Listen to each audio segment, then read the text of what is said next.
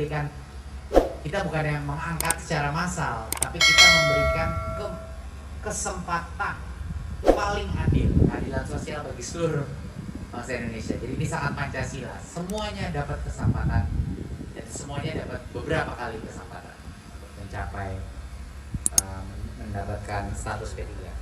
Dan Bapak Ibu mohon disadari bahwa gaji dan tunjangan P3K sama dengan PNS.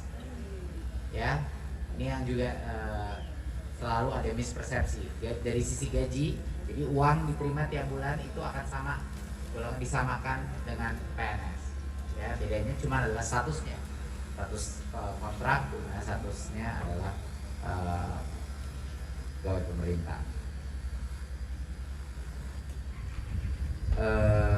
Kami menyadari bahwa kekurangan guru ini menjadi isu yang kritis bukan hanya di Papua, di mana-mana di seluruh Indonesia, dan itulah makanya kita menyediakan berbagai macam alternatif kebijakan untuk bisa menutupi ini. Tapi ujung-ujungnya PPG kita juga harus bergerak untuk menciptakan guru-guru yang lebih baik lagi, sehingga guru-guru yang pensiun itu akan bisa terpenuhi. Kabar gembira mengenai P3K kan sebanyak yang bicara yang udah di atas umur 35. Itu kan dulu nggak bisa gabung PNS karena di atas 35.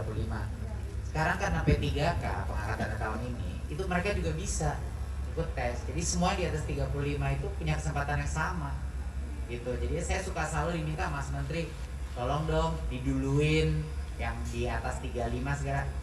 Saya langsung jawab, udah nggak perlu diduluin karena udah nggak ada antrean, semua bisa ngambil. Jadi semuanya tahun ini bisa ngambil gitu. Udah kita pastikan kapasitasnya. Kapasitas itu kayak sebesar UN kapasitasnya, jadi nggak mungkin kehabisan kapasitas gitu. Kita menggunakan fasilitas yang sama gitu.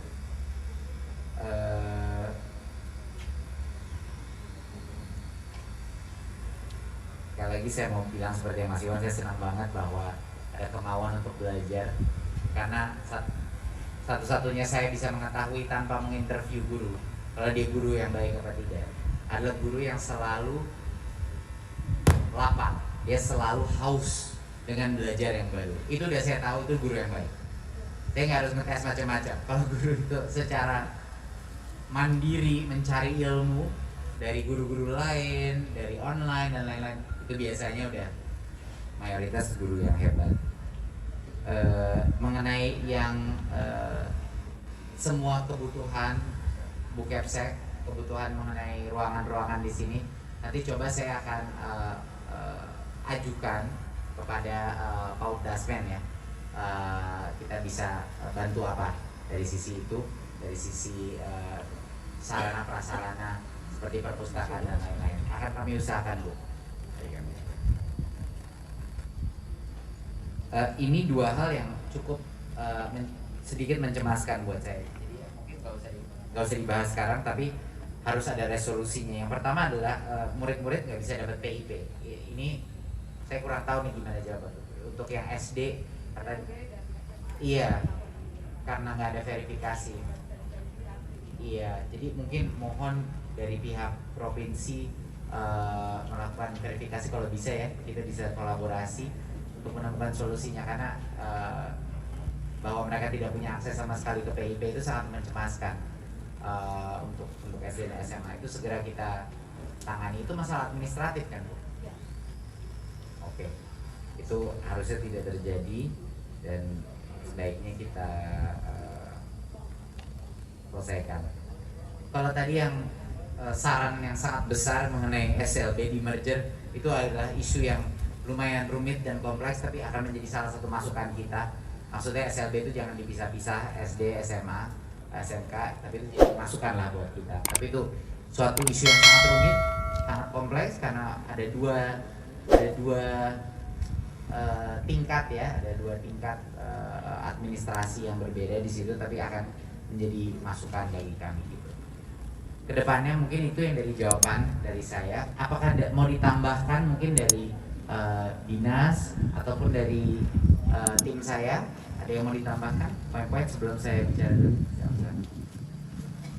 Yang terhormat Bapak Menteri Pendidikan, yang saya hormati Bapak Wakil Gubernur, Bapak Wakil Bupati, dan para eselon 1 dan eselon 2 di lingkungan Menteri Pendidikan, kemudian staf khusus,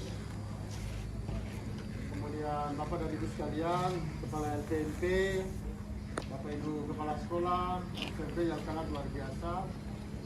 Ya, ada beberapa hal yang mungkin juga menjadi laporan kami kepada Pak Menteri, bahwa kami di Papua Barat itu ada 5 sekolah.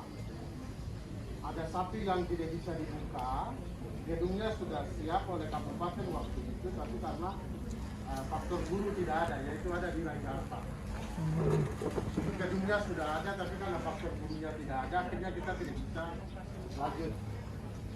Karena memang ya guru sampai saat ini memang untuk masalah guru ini menjadi hal yang sangat luar biasa kita di dunia pendidikan luar biasa ini.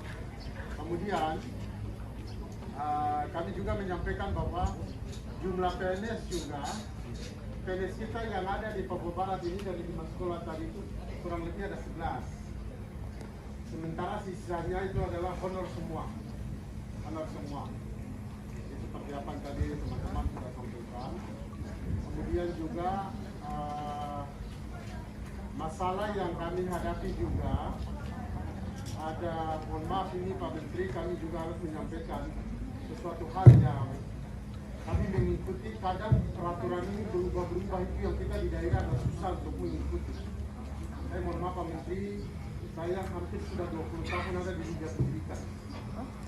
Tadinya lama di Kabupaten Manokwari, kemudian baru 2019 kemarin, bulan pas tepatnya bulan 6, ke provinsi dan berhadapan dengan sebuah masalah yang sangat kompleks.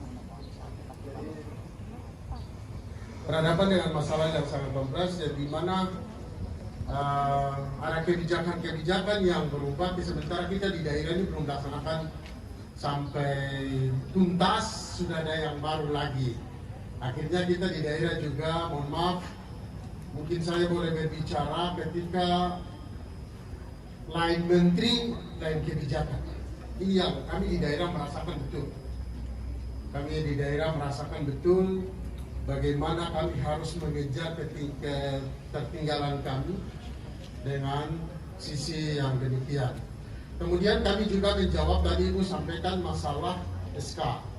Saya mohon maaf, setelah saya ada di atas SK untuk mungkin ada kabit GTK di sini, kami sudah tanda tangan berapa? Mungkin Ibu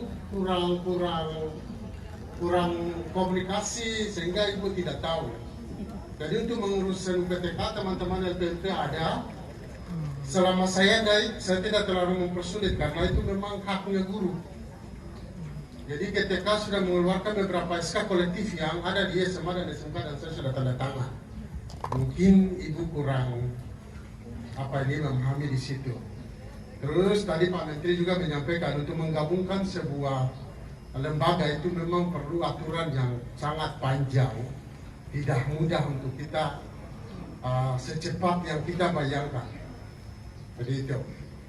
Jadi terima kasih dari beberapa hal yang tadi disampaikan, yang nanti menjadi pertanyaan untuk kami di pendidikan dengan pendidikan provinsi, kami akan melakukan itu. Saya sudah tangkap semua apa yang menjadi usulan dari teman-teman, terutama terkait dengan masalah pembayaran gaji yang harus dibedakan antara, boleh dikatakan yang senior dan junior. Nah ini juga memang aturan, kalau kita hanya mengenalnya adalah jasa. Mohon maaf saya bicara aturan. Aturan itu tidak ada senior junior, hanya berdasarkan golongan saja. SD, SMP, jadi kita tingkatan pendidikan. Background pendidikannya yang menentukan. Kalau dia sarjana berarti honornya berapa. Kalau dia D3 honornya berapa.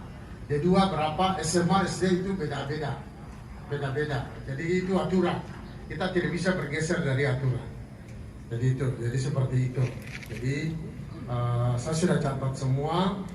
Saya tidak mungkin akan menjawab semua pada saat ini karena Pak Menteri punya agenda hari ini. Juga masih ada lanjut dari sini. Kita masih ada lanjut. Yang jelas adalah beliau sudah menjelaskan kepada kita apa yang nanti dari Kementerian tindak lanjuti, bahkan kami juga akan menindaklanjuti yang menjadi bagian dari kami di provinsi. Saya pikir itu saja. Terima kasih Pak Menteri. Waktu saya kembalikan.